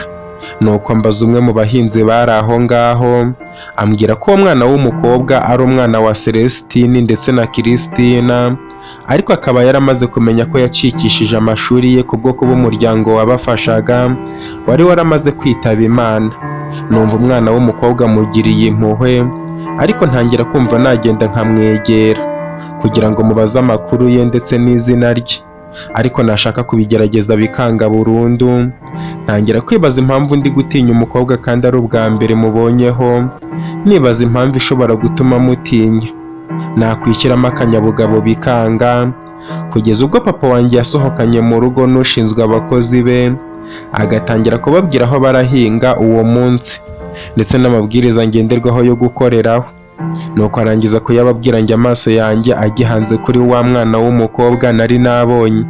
Bahita bajya mu mirima ndetse ukabona umwana w'umukobwa nta kintu bimutwaye, uretse ko namurebye mu mboni z'amaso ze nkabona ameze nk'umuntu ufite agahinda. Umuhungu wari waje kwisurira papa we numvise muri njye mpindutse cyane, ku buryo nahise mbwira papa ko turaza kuganira nimugoroba kuko nifuza kujyana n'ushinzwe abakozi be mu mirima kugira ngo ndebe ko byose bikorwa. Papa ambwira ko rwose nakora icyo nshaka kuko icyo yanshakagaho nakigezeho, cyo kuba nakwiga amashuri yanjye yisumbuye nkayarangiza, bityo hari umuganga w'umudogiteri azampuza nawe ubundi antoze neza ubuganga mbere yo kujya kwiga kaminuza. Papa ndamushimira, ubundi nanjye inzira nyiha ibirenge ngana mu mirima, ariko ingingo nyamukuru ihanganye ari ukugira ngo nirebere wa mwana w'umukobwa nari nabonye mu bakozi b'imirima yacu. Nuko mu kugera mu mirima nsanga abakozi batangiye guhinga ndetse bashishikaye. Muri kwa guhinga ntangira kwitegereza wa mwana w'umukobwa, byagaragaraga ko ari mwiza cyane. Guhinga nkabona ni ibintu byiza ari gukora, nirengagije ko akazi ubundi bagakwiye gukora, ako kazi kagakwiye gukora abantu baciriritse.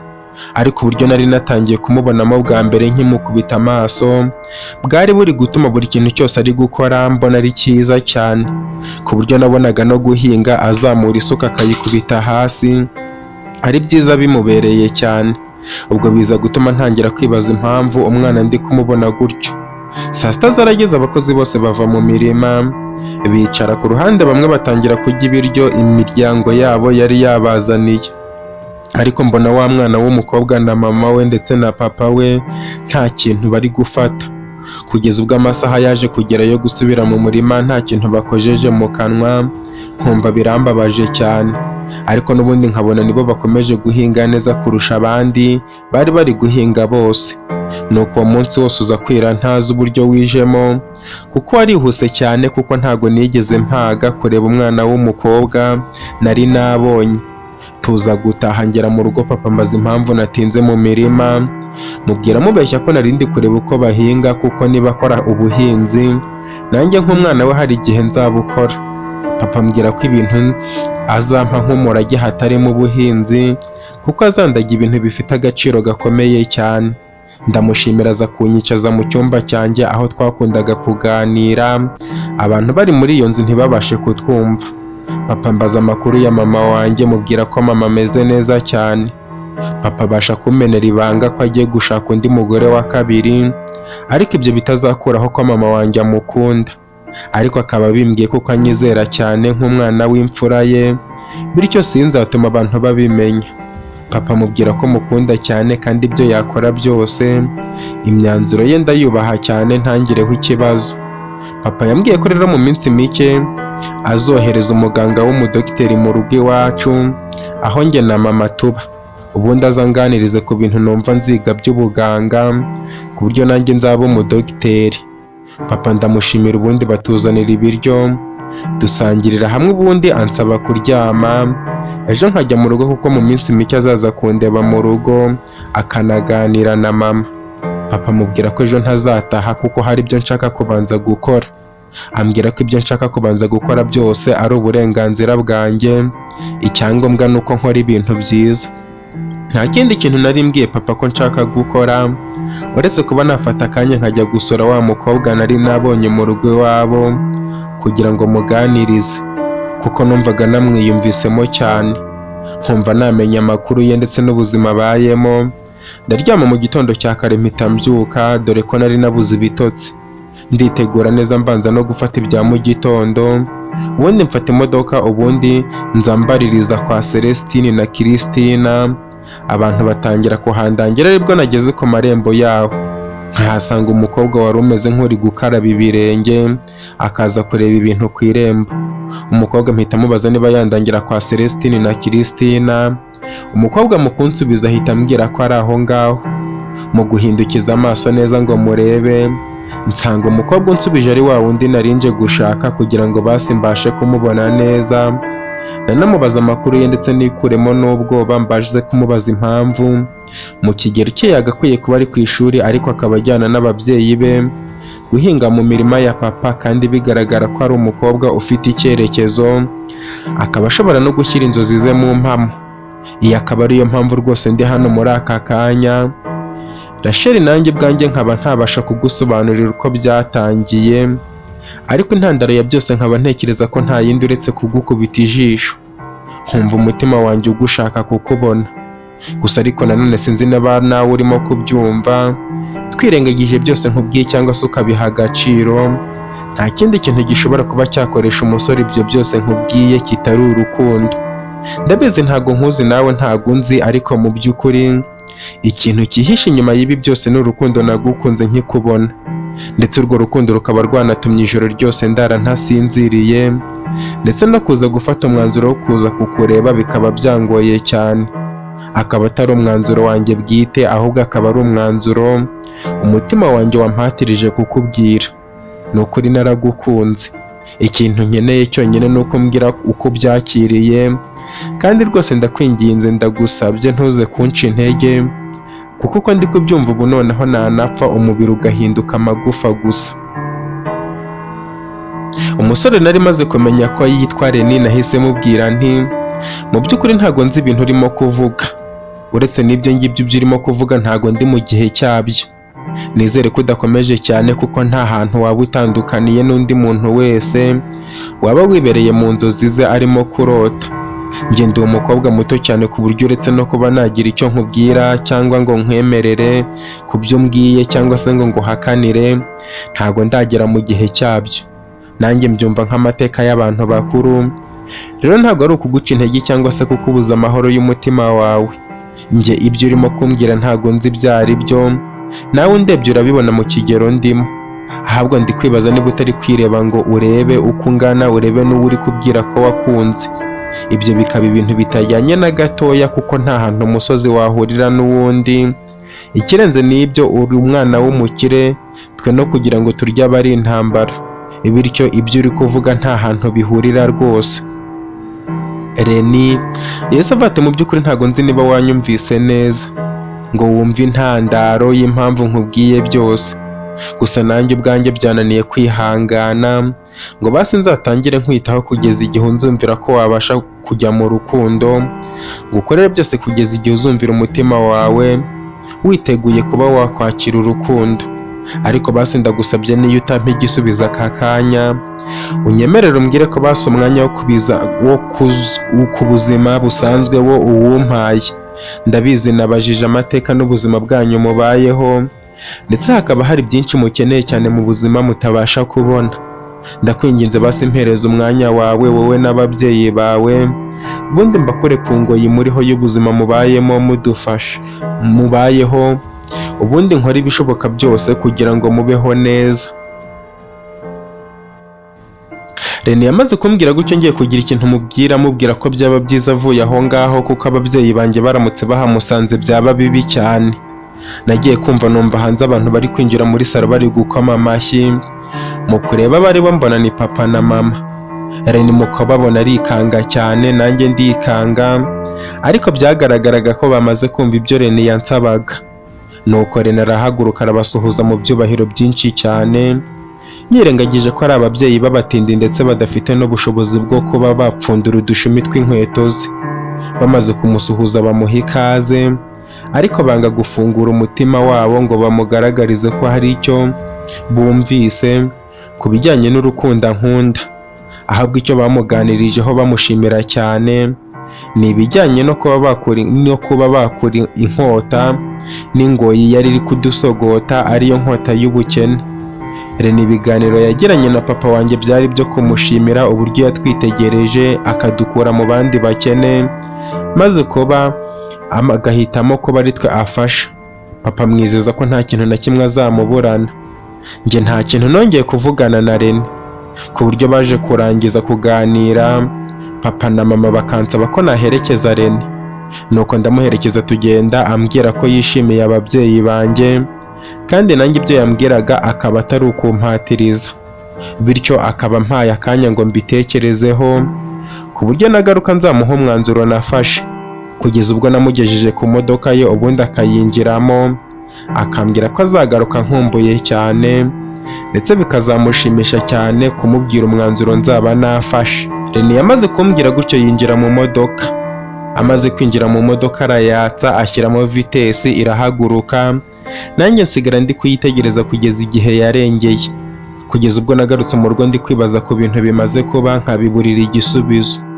Mu by'ukuri nari umwana muto ku buryo ibintu byo gukunda no gukundana ntigeze mbyumva na gatoya, ndetse kuri njye nta bintu by'amarangamutima nigeze ngirira umuntu cyangwa urukundo uretse mama wanjye na papa wanjye ndetse na musaza wanjye Derero twari twarabuze ntanamuzi. Nuko ngeze mu rugo papa na mama batangira kumbaza impamvu ndi kwitwara kuriya kandi ari amahirwe azadusanga ariko njye nkayitesha. Mama ahita avuga ati mwana wanjye Rachel, ntago nzi niba utekereza neza cyangwa ngo urebe igihe turimo, ku buryo umwana w'umuherwe wa Federico aza kugusaba ko mukunda gusa kugira ngo agukure kuri iyi ngoyi turiho, ariko wowe ukabirenza amaso ku buryo umuhakanira, bityo akaba ari ukwitesha amahirwe akomeye cyane. Kandi wibuke ko wavuye mu ishuri ubu ngubu utabasha gusubirayo utabonye ubufasha bw'uriya muherwe. Ikindi kandi amahirwe aza rimwe mu buzima, nkuko Brina yakwitayeho akagenda. Aya mahirwe wagakwiye kuyakoresha maze ukayabyaza umusaruro. Ndamusubiza nti ariko mama, ntago nzi niba muri kumva uburemere bw'ibintu muri kunsaba gukora, bwo gukunda umuntu mukundiye ibyo nshaka kumukuraho, bivuze ko urwo nta rukundo rwaba rurimo. Ibaze namwe nk'ubu ngubu aho musaza wanjye Derero yaba aherereye niba atarapfa, abantu afata nk'ababyeyi be ba nyabo akaba aba ari bo bamwitaho, ariko akaba atabazi mwebwe mwamubyaye. Ese urumva urwo ari urukundo nyakuri? Ubundi umutima ni wo wihitiramo icyo ushaka n'uwo ushaka, kandi muri njye umutima wanjye ntago wagera igihe cyo guhitamo, kuko ndi umukobwa muto utaragera muri icyo gihe. Mama ndabizi muri abakene, turi abakene ndetse n'ubuzima buratugoye cyane, ariko nanone ubukene bwacu bwagakwiye kutubera inkota yo kuzadusogota kubera kwirukira ubukene, tukibagirwa ibyishimo byacu by'umutima, kuko nubwo turi abakene nta muntu tubangamiye. Rero rwose mama ndagira ngo mbabwire ko uriya musore ibyo ari kunsaba ntabimwemerera, kandi namwe ntabwo ibyo muri kumbwira nabibemerera. Nubwo dufite ibibazo ubu ngubu ariko ntabwo ibibazo bizahoraho iteka, rwose ibyo muri kumbwira mubyibagirwe. Papa yahise avuga ati mwana wacu Rachel, mu by'ukuri turagukunda, ikindi kandi ntabwo tukwifuriza ibibi. Nibyo koko ibibazo ntabwo bihoraho iteka. Banza wibuke ukuntu Brina akikujyana iwabo twatangiye kubaho neza, tukajya tujya mu isoko guhaha umuceri nk'abandi bantu. Ureba aho twasubiye nyuma y'uko Brina n'ababyeyi be bamaze kugenda, kandi nawe ahazaza hawe hakaba harabaye impfabusa kubera ko aribo bagufashaga. Rero kuba nta handi hantu hava ubufasha bw'ubuzima dukeneye kubaho muri iyi minsi iri imbere yacu, rwose twumve maze wumve uriya musore kuko aragukunda, kandi urukundo agukunda rwaba ari ubuzima bwacu, kuko rwatugeza kuri byinshi. Ibaze ariko njye nawe na mama wawe twicaranye na Federico n'umugore we nk'abantu bagiye gushyingirana, kandi twari abacakara be yaduhaga utujumba n'udushyimbo tw'intica ntikize, ariko tugasangirira hamwe atwubaha. urumva hari urwego rwaba rurenze urwo? Mwana wacu urashira ibaza ibintu uzaba wibujije igihe waba utemereye uriya musore Reni ko mukundana, kandi hari ubwo yagiye kugufasha gukomeza amashuri ye, maze ukazava kuri ubu buzima natwe ukahadukura. Mwana wacu, genda ubitekerezo kandi natwe tuguhaye umwanya ufate umwanzuro. Papa na mama bamaze kuvuga gutyo, ubona ko ibyo ndi kubabwira bibababaje cyane, kugeza ubwo nabonye ko umwanzuro nshaka gufata wo kuba ntakunda Reni ushobora kuba watuma bamfata ukundi. Ariko nanjye ndabarahirira, ndabatsembera mbabwira ko ntibirirwe bategereza umwanzuro wanjye, kuko ntago nshaka gukora ibintu nzicuza. Kuva uwo munsi ntago nigeze nongera kuvugana n'ababyeyi banjye nk'ibisanzwe cyangwa ngo ducane uwaka, kubera ko inzozi zabo zo kuva mu bukene binyuze ku rukundo rwanjye na Reni nari maze kuzigira inzozi zihoraho iteka zitabamo impamo. Nuko baragenda bangira igicibwa mu rugo, ku buryo ntongeye kugira agaciro nk'ako nari mfite mbere. Mpita mbibona ko byose bankoreraga kuva kera kwari ukugira ngo nzababere umucunguzi. Yego nibyo, nanjye nibyo nashakaga ko nabakura ku ngoyi y'ubukene, ariko nanone nashakaga ko nyibakuraho mu buryo bwose, kandi nta ruhare nigeze ngera kugira ngo ubukene bube inkota iri kubasogota. Nuko kuva icyo gihe ntibongera kumfata nk'umwana wabo. Hashize icyumweru Reni aragaruka mu rugo, ambaza niba ibyo yansabye narabimwemereye cyangwa se ntarafata umwanzuro. Ndamutsembera mubwira ko nta mutima wo gukunda mfite, ariko byose mbikora kugira ngo nirinde kuzamubwira ko mukunda kubera ibyo namushakagaho, ugasanga igihe kirageze bimviramo ingaruka. Cyane ko ababyeyi banjye aribo bari baranyigishije ko iteka ibinyoma iyo ubihaye intebe birangira ari wowe bigarutse. Ubwo Reni yakomeje kunyinginga biranarenga akanandirira, ariko bikaba iby'ubusa, nawe agakora uko ashoboye kose, akazana imodoka mu rugo akajyana papa na mama mu kabari, ubundi akabagurira inzoga n'inyama. Mu gukurikira uwo munezero wabyo bamusezeranya ko niyo hashira imyaka 1000 bizageraho nkamukunda. Reni nawe ntiyacika intege kugeza ubwo imyaka yabaye myinshi nibera mu rugo, ariko tumeze nk'abantu barubamo batandukanye, kuko papa na mama ntago bari bakimfata nk'umwana wabo, ahubwo nari meze nk'umuntu wo hanze, ariko bagakomeza kunyereka ibyiza Reni abakorera kugira ngo nkunde musange. Nakomeje nanjye kwitekerezaho, ntekereza ku buzima bwanjye, nza kureba imyaka ishize yose Reni ngendaho ansaba urukundo kugira ngo ngirire neza naramwangiye.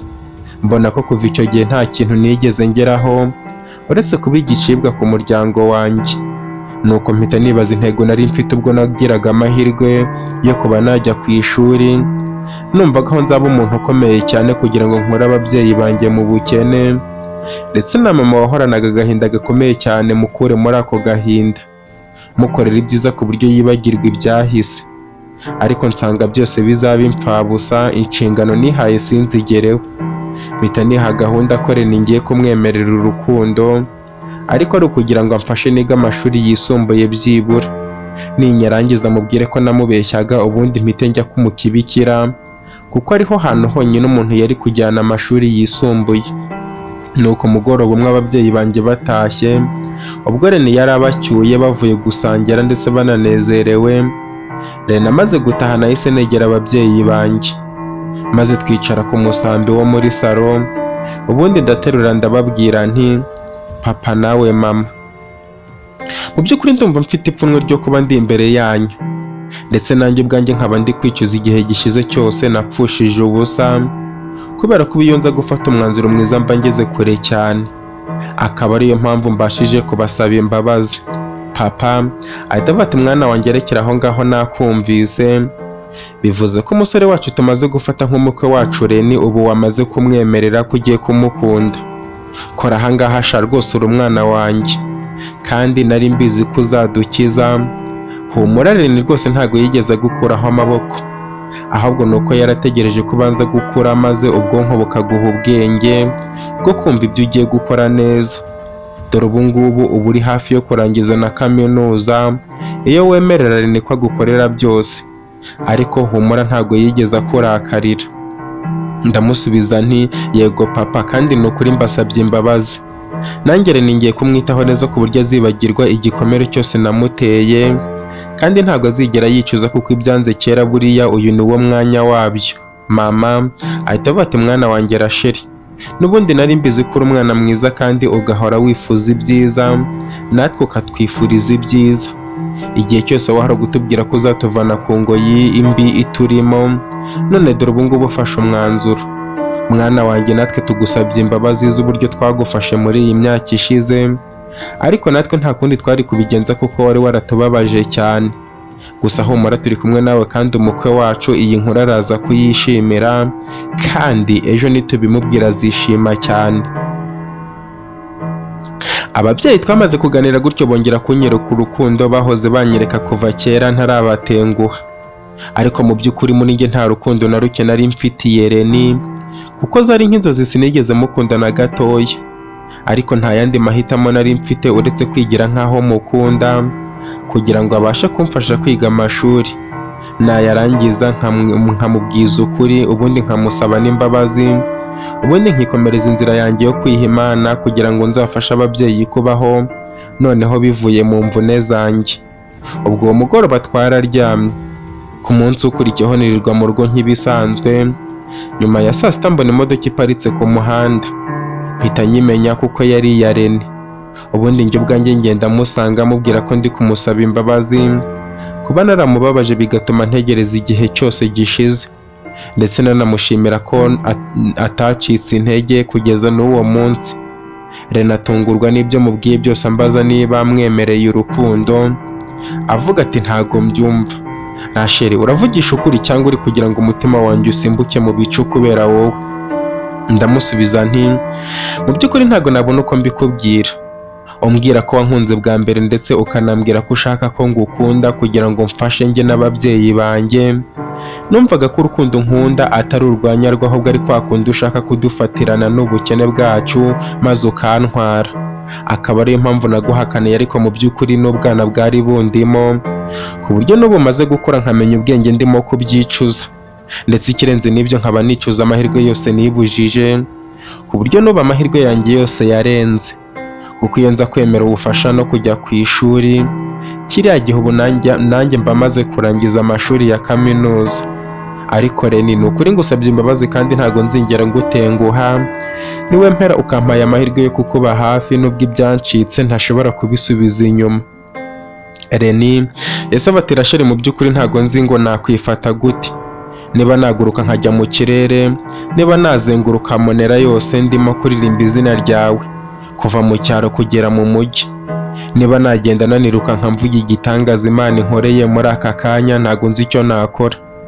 Yaba ari njye kuva mu myaka 6 yashize, nibwo wakumva neza uburyo nari mfite impamvu nziza zo kugukunda. Bwa mbere nkubona wari umukobwa mwiza, ukeye ku isura no ku maso, noneho mbashije kukwegera cyane mbasha kubona ko wari ukeye no kuri roho. Rachel, ntago uzi ukuntu umutima wanjye wahise ukwishimira, ibintu bitari byarigeze bimbaho na rimwe, kubwo kuba nari naranze ikintu bita urukundo cyose, kubera ukuntu papa yabeshyaga mama ko amukunda kandi amubeshya. Mu by'ukuri ntago wakumva ukuntu narebye igihagararo cyawe, ubundi nkagenda nkabura uburyo nabivuga. Ubwitonzi bwawe byose bikantwarira umutima, uburyo ureba, uburyo uvuga, ngasigara ndi igishushango numva ko nzongera kugira ubugingo ari uko ndi kumwe nawe. Ibyo bikankuramo ubwoba bwo kuza kukwegera ngo nkubwire akandi ku mutima, ariko ukampakanira unyamaganira kure cyane umbwira ko ibyo bintu ndi kukubwira bitabaho. Ikirenze n'ibyo njye narabibonaga ko ari uko ukiri umwana, bityo akaba ariyo mpamvu urimo kumbwira gutyo. Rachel, ntago uzi agahinda nabanye nako kuva wampakanira umbwira ko utaha urukundo, utabasha kunkunda kubera ko iby'urukundo ntabyo uzi. Ariko ako gahinda nkakarenzaho akamwenyubura uko nazaga hano, kandi kuza hano ibyo nakoraga byose nabikoranaga umutima mwiza no kudacika intege, kubera ko nari nizeye ko igihe kizashira ubundi ukamenya ibyo nakubwiraga ko byari ukuri, umaze gukura no gusobanukirwa ko urukundo nyarwo rutajya rurangira. Ni ukuri buri uko nakubonaga urimo gukora, noneho rya toto ryawe rikagenda ryiyongera ku buryo nakurebaga nkarota njye nawe turi mu rukundo rweruye rudafite gitangira, ariko ngakomeza kwibaza igihe icyo kizagerera. Mu by'ukuri Rachel, ntabwo nari nzi ko igihe cyo kukubona njye nawe turi guhuza ari iki ngiki, ikirenze n'ibyo ukaba unkoreye surprise cyane, kubera ko ntari niteguye ko ari uko biragenda nkigera hano, kuko nari nje kwirebera ababyeyi bawe banturishaga umutima bampamagara umukwe wabo, ibyo nkabifata nk'aho ari ibyanya byo kugira ngo mbashe guturisha umutima wanjye. None Rachel, ndagira ngo ngusubiriremo ko ibyo nakubwiye mu myaka 6 ishize nta kintu cyahindutse, uretse ko urukundo nagukundaga rwagiye rwiyongera, ahubwo rugashinga n'imizi mu mutima wanjye, rukagaba n'amashami mu mpande zose z'umubiri wanjye, bityo amaraso yanjye mu magufa ndetse no mu misokoro ukaba nta kindi wasangamo uretse urukundo nkunda Rachel. Bityo Rachel, ndagira ngo nkubwire ko niba koko ibyo umbwiye niba ubikuye ku mutima, icyo ushaka cyose nzakigukorera kandi byose nkabikorana umutima mwiza ugukunda. Ndagukunda Rachel mwiza. Rene yamaze kumbwira gutya arampobera cyane, kuko nanjye ntari kumwangira kumpobera kandi narashakaga ko ubufasha bwe buzangeza ku cyo nifuza, bityo nagombaga gukora icyo ashaka cyose kandi ntazigera nkeka na gato. Nuko muri uko guhoberana numva umutima uri gutera cyane, bigaragaza ko ibyo mukoreye bimukoze ku mutima. Nuko mboneraho kumuha karibu n'ababyeyi baramwakira, maze ubundi tuganira ibyishimo ari byose, ku buryo n'ibyo bajyaga kwiyakirira mu kabari byose byaje kubera mu rugo kugera nijoro, aho Rene yavuze ko kuva uwo munsi agiye gutangira kunyitaho, maze ubundi nkajya no gukomeza amashuri yanjye yisumbuye aho nayacikishirije. Uwo munsi cyakora wabaye ibyishimo kuri njyewe ndetse cyane no ku babyeyi banjye, kubera ko nari ngiye gukomeza ubuzima ababyeyi banjye bari baranyifurije kuva kera, kuko bari bizeye ko kuba nakwiga amashuri nkayarangiza aricyo kintu cyonyine kizabavana aho bari bari.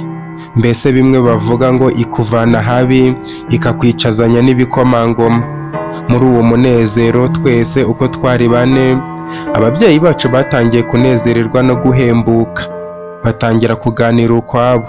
Uko twicaye ku kirago nanjye na Rene, aranyegera atangira kuntakagiza ambwira ukuntu ndi mwiza cyane n'ibindi, nanjye nkamwikiriza mwereka rwose ko nari naribeshye ku mwanzuro nari narafashe wo kumuca amazi, ariko akaba ari ubwana bwabiteraga.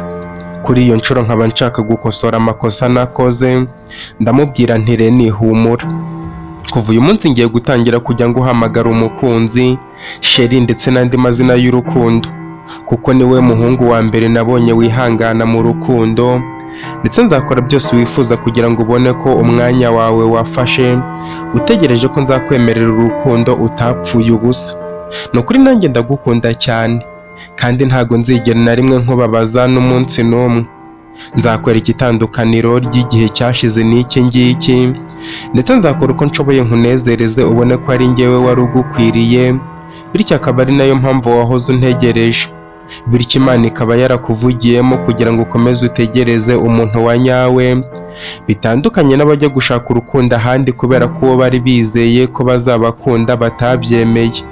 Ariko wowe wanyeretse itandukaniro riri hagati y'abantu n'abandi, bityo nzakwereka ko nanjye igihe cyose cyawe wapfushije ubusa nzakikugarurira mu byishimo nzakubyarira, ubundi ubone ko burya ariko byari kugenda.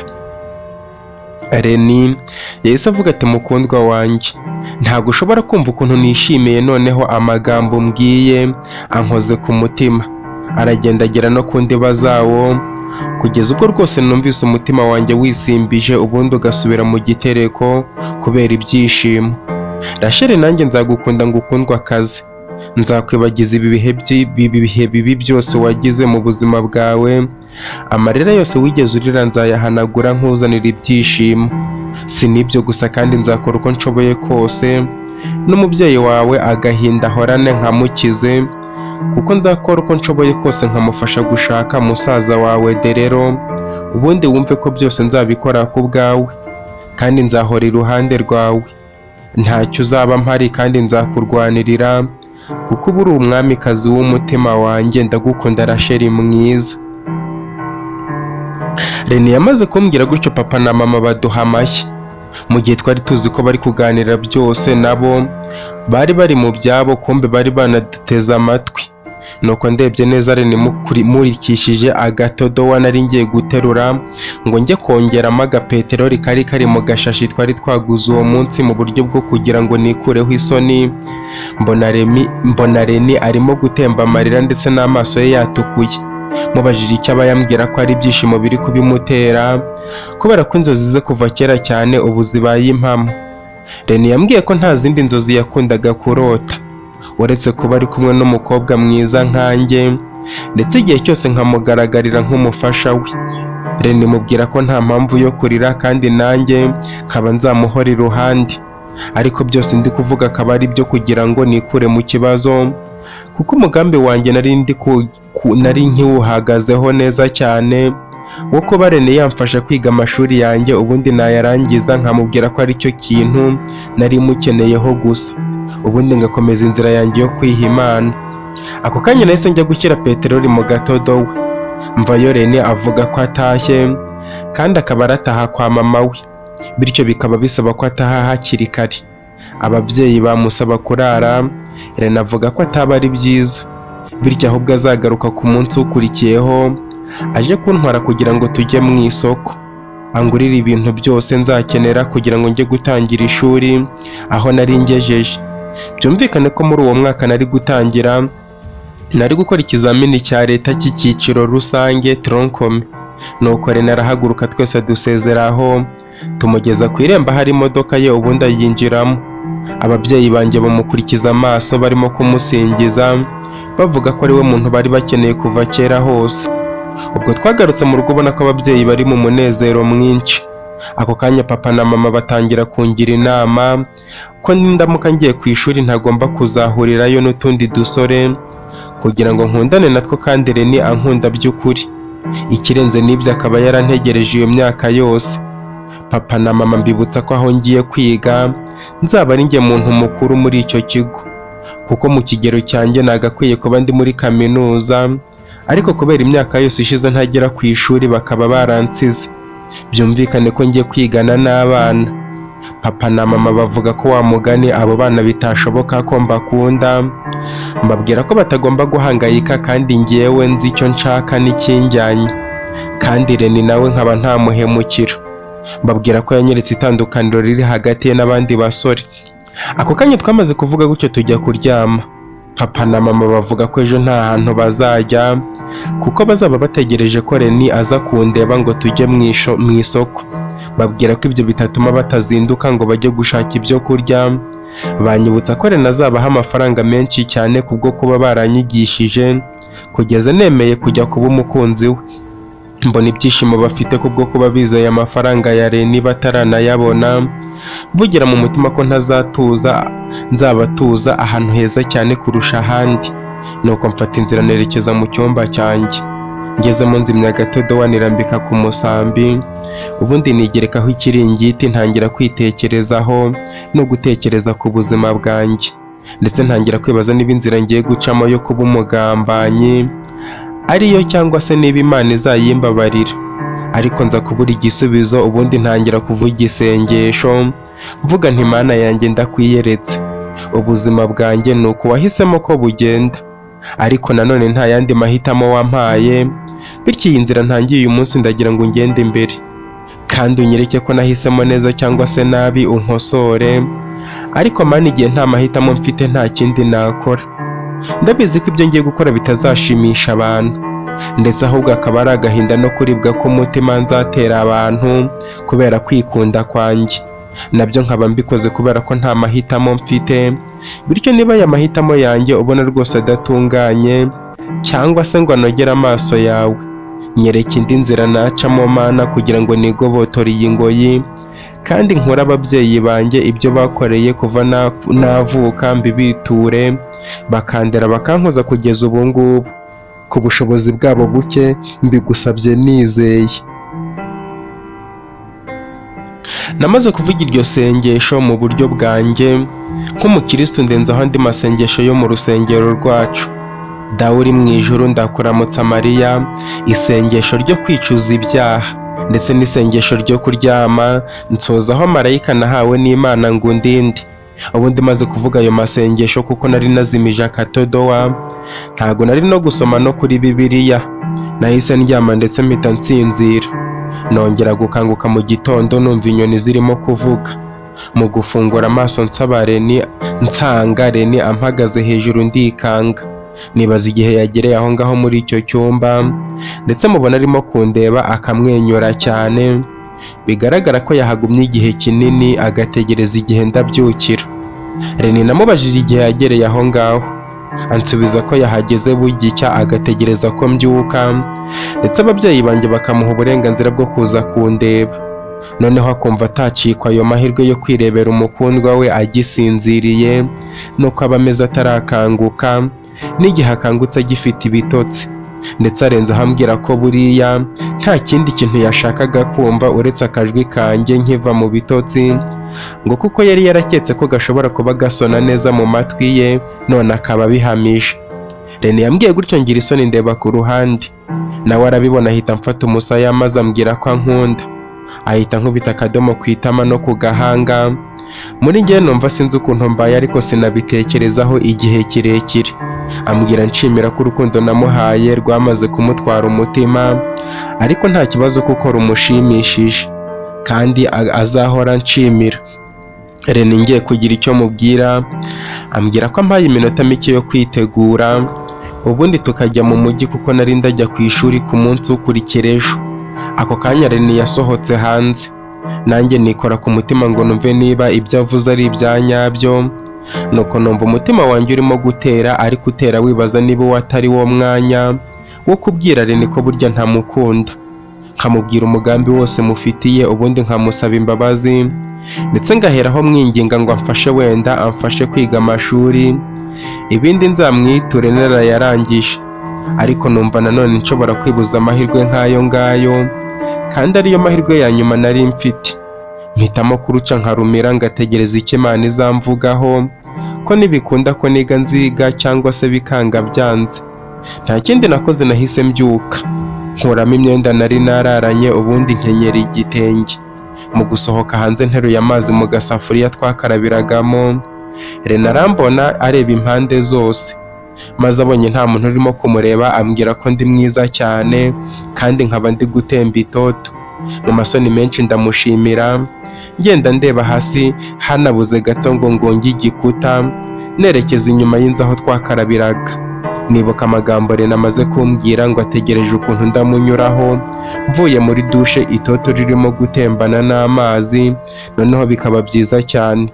Wakubitaho inzobe yanjye wagira ngo ntago ndi umunyamonera mu cyaro, ahubwo wagira ngo nturuka muri bya bihugu byo hakurya y'amazi bifite abantu bafite uruhu rutandukanye n'urwacu.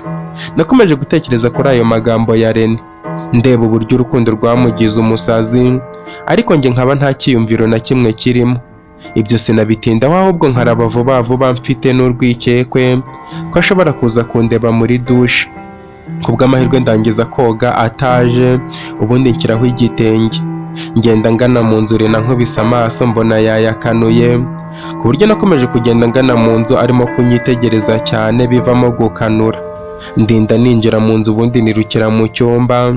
Ngezemo ndafunga kugira ngo ntongera gukora ikosa nk'iryo nakoze nijoro akagaruka kundeba. Ubundi ndihanagura vuba vuba cyane. Ako kanya nisiga amavuta ya gikotoro nisigaga. Ndambara imyenda yanjye imwe rukumbi nari mfite yo kujyana ahantu hazima, kuko ariyo najyanaga no mu misa, dore ko ariho hantu nageragaho kujya. Ubundi maze kwambara no gusokoza imisatsi nsohoka hanze. Reni mu kumureba nsanga aracyararamye ameze nka kwa kundi nari namusize. Abona gushigukira hejuru ambaza niba ari njyewe, umubwira ko ari njyewe. Mpita mubaza impamvu arimo kubimbaza kandi arimo kumbona. Reni ahita avuga ati Rasheli, mu by'ukuri ntabwo ngiye kukubeshya, uri mwiza cyane ku rwego ntabona uko nkugereranya nawe. Sinzi no muri aka kanya uburyo nshobora gukoresha nkubwira ko uri mwiza, ariko byumva uri mwiza. Mbese sinzi ukuntu nabivuga. Ni ukuri buri gice cyose kigize umubiri wawe kiri mu mitako igize ubwiza bwawe. N'ubu ngubu ndacyari kwibaza niba ari njyewe wabwiye ko bwa nyuma na nyuma wankunze, ariko nkagira ngo ndi mu nzozi. Gusa ariko ntago mbizi. Nako ngwino tugenda, amasaha arimo kuducika. Reni yambwiraga gutyo ubona yacanganyikiwe bidasanzwe, mbese ubona yabuze icyo avuga. Ako kanya mpita mpamagara mama na papa mbabwira ko tugiye bityo baze kudusezeraho. Reni ambwira ko nta mpamvu yo kubasezeraho kandi araganira nabo tuvuye mu isoko. Nuko n'ubundi bari bahageze tubasezeraho, batwifuriza umuhanda mwiza utugeza mu mujyi wa Monera. Ubundi tuva mu rugo tugenda tugana mu modoka ya Reni, nuko arazenguruka mfungurira umuryango ninjiramo. Maze kwinjiramo arafunga neza arongera arazenguruka, ubundi yinjiramo ajya kuri teregisiyo ahita yatsa imodoka ubundi aratwara. Twagiye tuganira bisanzwe, ariko Reni arimo kunyitegereza cyane, bigaragara ko ibyishimo byamurenze nkabibona ku maso. Aboneraho kumbwira ukuntu iteka yahoraga yifuza kuzakundana nanjye kuva ku munsi wa mbere akimbona. Mbona uburyo twageze mu mujyi wa Monera, Reni arimo gusubiramo amagambo amwe gusa.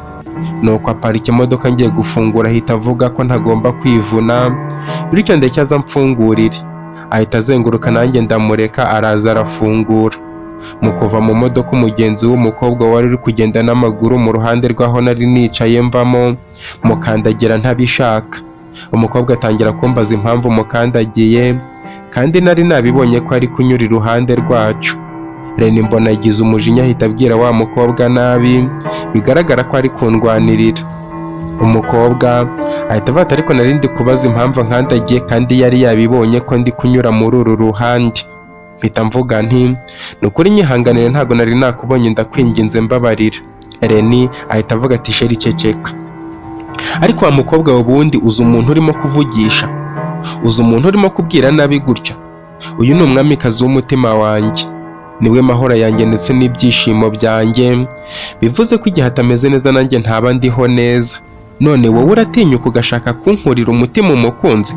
Ndakwiyamye gira vuba uve hano se tutaraserera, nkwereka ko nta muntu n'umwe ugomba kumvugira akarabo nabi cyangwa se uhitemo njye nawe duserere. Umukobwa ahita avuga ati aha reka nigendere, ndumva ibyanyu bitoroshye.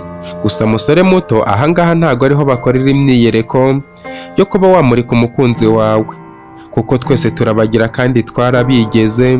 Kandi ikindi ugomba kumenya ko nta kintu gihoraho iteka, bivuze ko n'uwo mukunzi wawe mutazahorana iteka ryose, bityo nta mpamvu yo kwikangata hano nk'aho ari we muntu wa mbere w'igitangaza ubonye umukunzi w'igitangaza.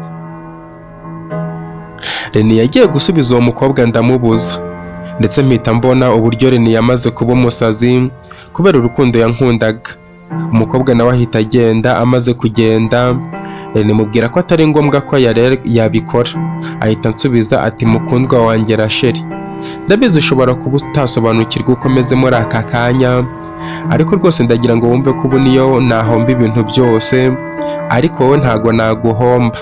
Ikindi kandi ntago nshaka kukubona na rimwe ubabaye cyangwa se ngo ugire agahinda na gato, bityo ndagusabye wowe ntungireho ikibazo, kuko icyo mbereyeho ni ukukurinda kuko ngukunda cyane.